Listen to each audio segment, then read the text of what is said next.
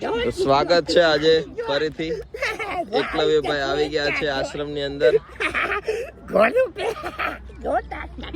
શું કહેશો આજે? દાદા હરખાઈ ગયા એનો હરખ જોઈને મને દાંત આવે કે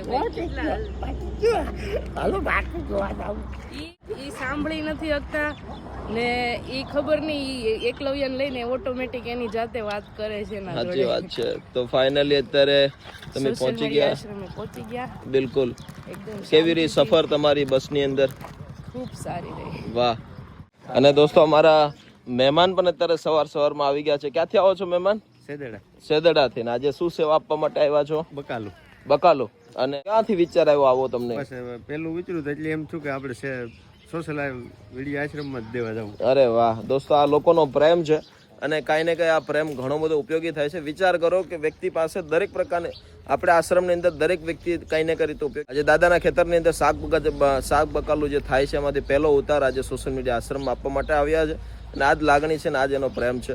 બસ આજે ઉપયોગી થશે ભગવાનને ખવડાવવા માટે. તો તમે લોકો પણ વધારજો. અને અત્યારે એકલવ્યભાઈ તો ગૌશાળાએ પહોંચી ગયા છે, તમે જોઈ શકો છો. અને પાયલ પણ મસ્ત અત્યારે હવે ફ્રેશ થશે. શું કહેવું, આજનો આવનારો પ્રોગ્રામ શું છે તમારો?